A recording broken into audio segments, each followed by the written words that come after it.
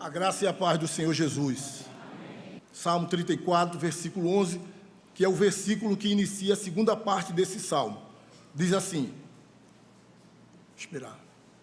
Salmo 34, a partir do 11, diz assim o texto sagrado. Vinde, filhos, e escutai-me, eu vos ensinarei o temor do Senhor. Quem é o homem que ama a vida e quer longevidade para ver o bem? Refreia a língua do mal e os lábios de falarem dolosamente. Aparta-te do mal e pratica o que é bom. Procura a paz e empenhe-te por alcançá-la. Os olhos do Senhor repousam sobre os justos e os seus ouvidos estão abertos ao seu clamor. O rosto do Senhor está contra os que praticam o mal, para lhes extirpar da terra a memória. Até aqui. Pai, por tudo que já vivemos aqui nesta noite, já fomos muito abençoados, com as orações, com os louvores, com o ofertório e com o privilégio de estarmos aqui reunidos como família do Senhor, na casa do Senhor. Agora que a Tua palavra foi lida, que o Teu Espírito nos ajude na compreensão da mesma e que o Senhor aplique a Tua palavra ao nosso coração de acordo com o Seu propósito para cada um de nós. Quanto a mim, eu peço que o Senhor me revista com o poder do Espírito Santo. Em nome de Jesus. Amém. Queridos, esta segunda parte desse salmo, precedida por esses últimos 10 versículos, onde Davi, nos primeiros 10 versículos, ele fala da experiência que ele tem com Deus, revelando assim, nos primeiros 10 versículos, a bondade de Deus, o que fica muito claro no versículo número 8, quando ele diz, provai e vede que o Senhor é bom, bem-aventurado o homem que nele se refugia. Então, depois dele compartilhar acerca dessa experiência que ele teve com Deus e motivar, ensinar as pessoas a também buscarem uma experiência com Deus, porque é isso que acontece. Quando nós somos alcançados pela graça de Deus, quando nós somos alcançados pelo poder transformador do Senhor, nós queremos que outras e outras pessoas também sejam alcançadas por esse Deus amoroso, por esse Deus bondoso, por esse poder incomparável. Então a gente sai compartilhando. Mas agora, a partir do versículo 11, Davi, além de já ter ensinado a respeito da sua experiência com Deus, ele quer falar agora sobre o temor do Senhor. Então, no versículo 11, ele faz um convite. Vinde, filhos, e escutai-me, eu vos ensinarei o temor do Senhor. Então, agora ele faz um convite, não mais a respeito daquela experiência, mas agora a respeito do temor do Senhor, que não tem a ver com medo de Deus, mas tem a ver com aquele relacionamento de reverência, de respeito, tipo um bom filho tem para com seu pai. É o temor do respeito, é o temor de temer ofender a santidade de Deus, que é diferente daquele temor servil, por exemplo, de um escravo para com o Senhor. Então, Davi, diante dessa realidade, vai trazer como se fosse uma receita para uma vida de felicidade. E entenda que essa vida de felicidade não tem a ver com posição social, não tem a ver com bens, não tem a ver com fama. Esta felicidade está mais para aquilo que o Senhor Jesus Cristo disse em João 10:10. Eu vim para que tenham vida e tenham vida em abundância. É absolutamente legítimo nós almejarmos, desejarmos uma vida abençoada, uma vida feliz, uma vida longeva, uma vida de felicidade, que está mais para questão de fé, de caráter e de uma busca para honrar a Deus, para agradar a Deus. Aquilo, por exemplo, que é respondido na primeira pergunta do nosso catecismo, quando diz, qual o fim principal do homem? Qual é? Adorar a Deus e desfrutá-lo para sempre, gozá-lo para sempre. Então, a felicidade que Davi está expondo aqui está dentro desse sentido.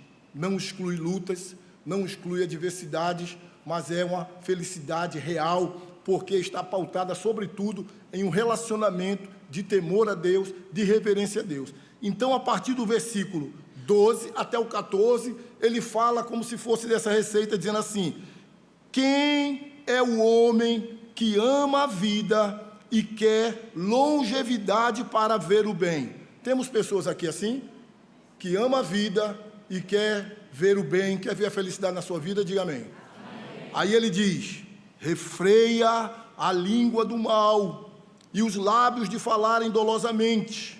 Aparta-te do mal e pratica o que é bom. Procura a paz e empenha-te por alcançá-la. Os olhos do Senhor repousam sobre os justos e os seus ouvidos estão abertos ao seu clamor. Pensando numa linguagem de receita, Davi apresenta aqui para a gente 3 ingredientes. Em primeiro lugar, de acordo com o que ele preceitou aqui para uma vida, um bem viver para aqueles que temem ao Senhor. Dentre muitas coisas, este salmo aqui destaca que nós precisamos ter, em primeiro lugar, controle da nossa língua. Olhe comigo, atentamente, o versículo número 13. Refreia, o quê? A língua do mal e os lábios de falarem dolosamente.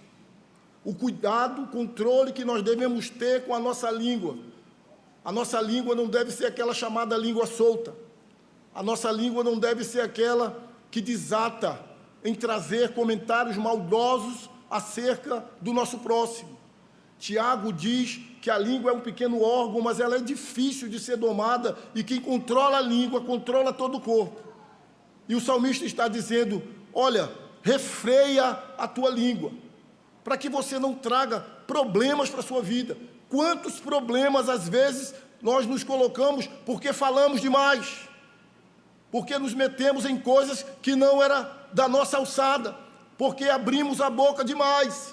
E a instrução da Bíblia é sempre de que nós tenhamos cuidado. O salmista, no Salmo 141, diz: Pai, guarda a porta dos meus lábios. Nossos lábios precisam de guardas, de vigia, de proteção, para que a gente não fale demais. E quando eu digo falar demais, é falar no sentido negativo, de ofender, de machucar, de caluniar, de inventar coisas.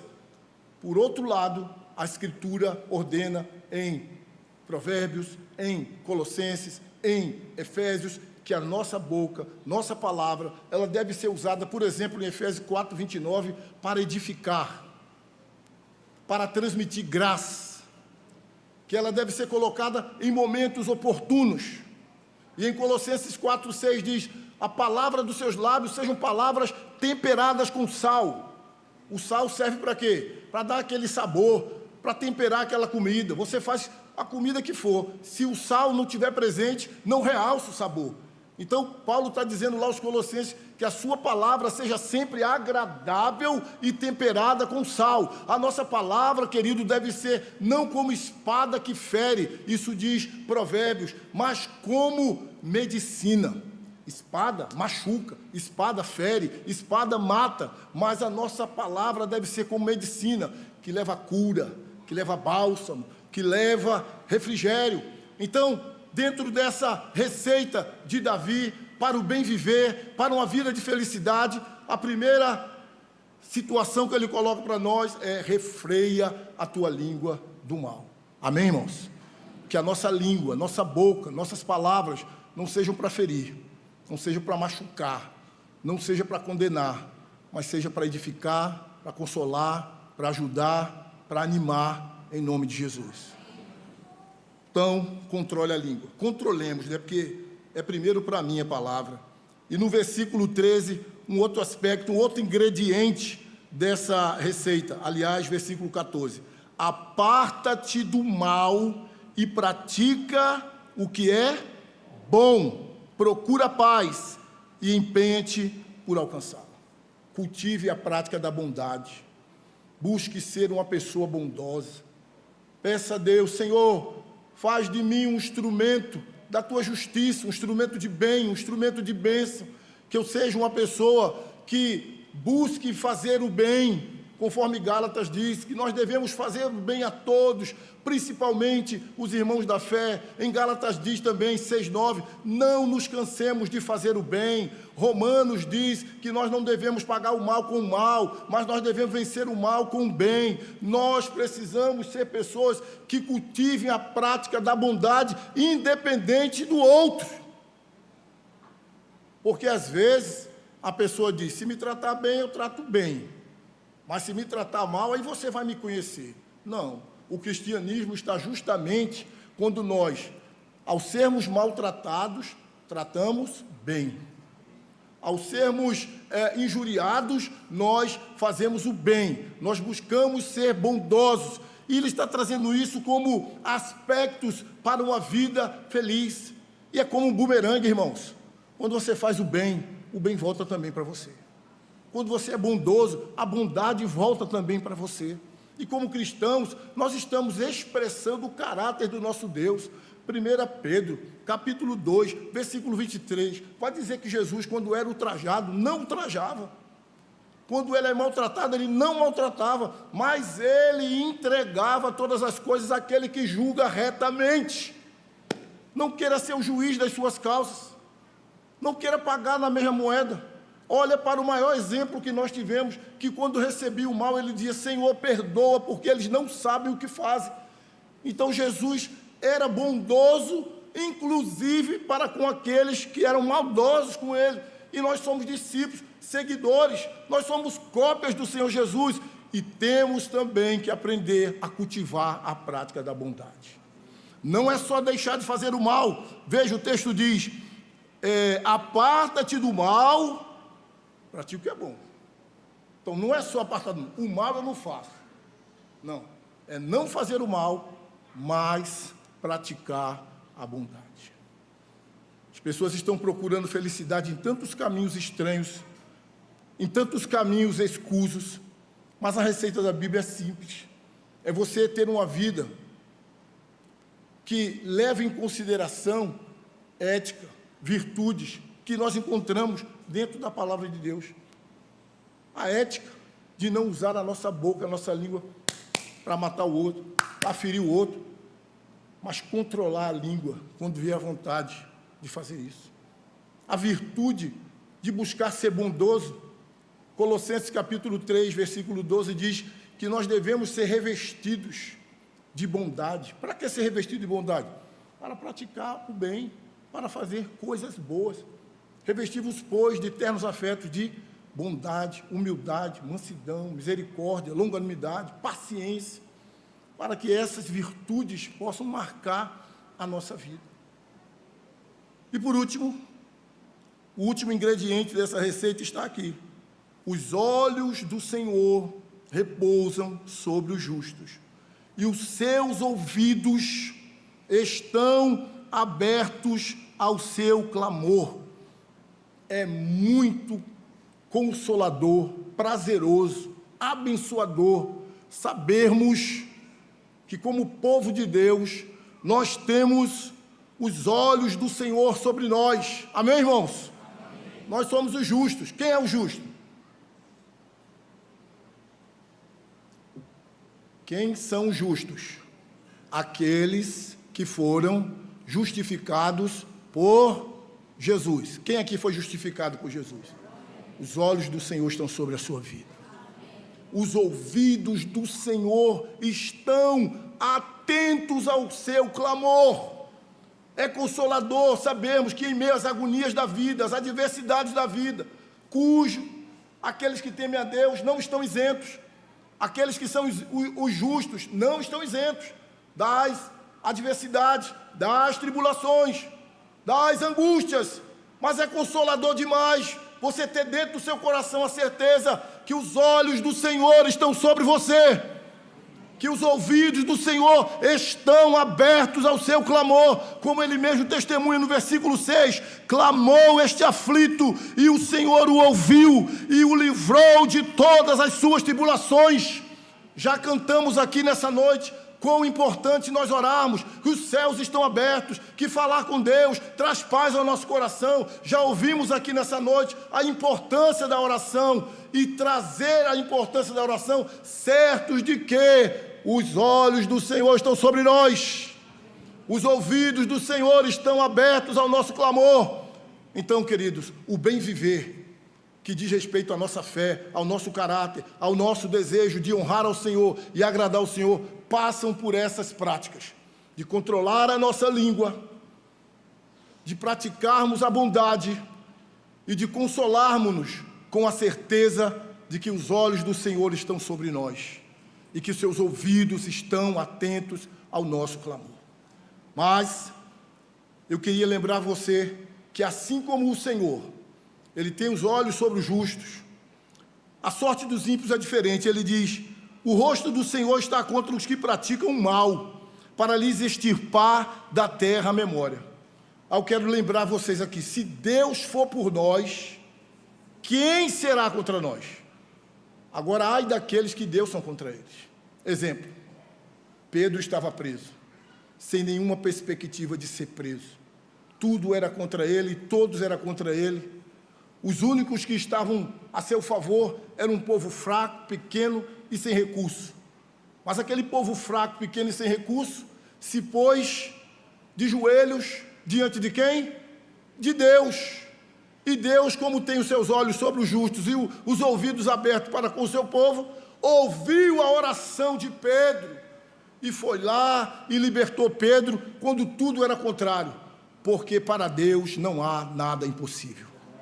No mesmo capítulo 12 de Atos, que mostra a prisão de Pedro, mostra a destruição de Herodes, que era contra Deus, que não tinha Deus por ele, mas que tinha todo um aparato, um exército, uma condição bélica. Mas não adianta. Quando Deus é a nosso favor, as situações mais difíceis e críticas podem ser revertidas. Mas quando Deus é contra alguém, por mais recurso que ele tenha, ele está completamente perdido. Pedro estava ali numa situação, humanamente falando, irreversível. E Deus operou o milagre, ouvindo a oração do seu povo. Herodes estava lá com toda a sua pompa, com toda a sua glória humana, e ele não deu glória a Deus, e por conta disso, ele foi comido de bicho. Só há um recurso para nós, só há um refúgio para nós, só há uma segurança para nós, é olharmos para o único que é o Deus do impossível e com Ele fazer uma aliança por meio do Senhor Jesus Cristo. Você que está em Cristo, que faz parte do povo da aliança, Deus é por você, Deus é com você. Você que ainda não fez isso, pode fazer a partir de hoje, a partir de agora, se entregando a esse Deus todo-poderoso que nunca perdeu batalha, e ter o seu Filho Jesus Cristo como seu único Senhor e Salvador. Irmãos, o bem viver, para aqueles que temem o Senhor, nos deve levar a olhar para o maior de todos os exemplos que nós temos, que foi o Senhor Jesus Cristo, que usava palavras não para ferir, mas para abençoar todos aqueles que estavam ao seu redor, que usou a prática da bondade até mesmo com seus inimigos, e quando precisou, clamou, orou a Deus, como por exemplo em Lucas 6,12, quando ele passa uma noite orando, como por exemplo em Mateus 26, lá no Getsêmani, que ele passa também orando diante daquela aflição que ele estava vivendo. Então, é para Jesus Cristo, o maior de todos os exemplos, que nós devemos orar, porque a despeito de estarmos em um mundo inóspito para nós cristãos, em um mundo que jaz no maligno, é possível termos um bem viver como servos de Deus, quando controlamos nossa língua, quando cultivamos a prática da bondade e quando nos consolamos confiando nas promessas do Senhor, porque tudo que Ele promete, Ele cumpre, porque Ele é fiel. Fique de pé, por favor, em nome do Senhor Jesus, convidar os irmãos do louvor aqui. Nosso Deus e nosso Pai Todo-Poderoso, queremos pedir que o Senhor, nesta noite, nos conceda estas bênçãos tão preciosas, tão caras para a nossa vida. Capacita-nos pelo Teu Espírito a controlar a nossa língua, para que não venhamos, ó Deus, ferir nossos irmãos, ferir o nosso próximo, com palavras malditas, mal colocadas, com palavras mal intencionadas, com palavras dolosas, mas que da nossa boca venham sair aquelas palavras que edificam, que transmitam graça, que sejam úteis, que sejam necessárias. Nos ajude, Senhor, a sermos cultivadores da prática da bondade, a exemplo do nosso Senhor Jesus Cristo, o homem perfeito, o homem bom, que nós possamos ser exemplos de práticas de bondade em nome de Jesus. E nos ajude, Senhor, a sermos consolados pela certeza de que tudo aquilo que o Senhor promete em sua palavra, o Senhor cumprirá. Sua palavra que é viva, que é eficaz, inerrante, infalível.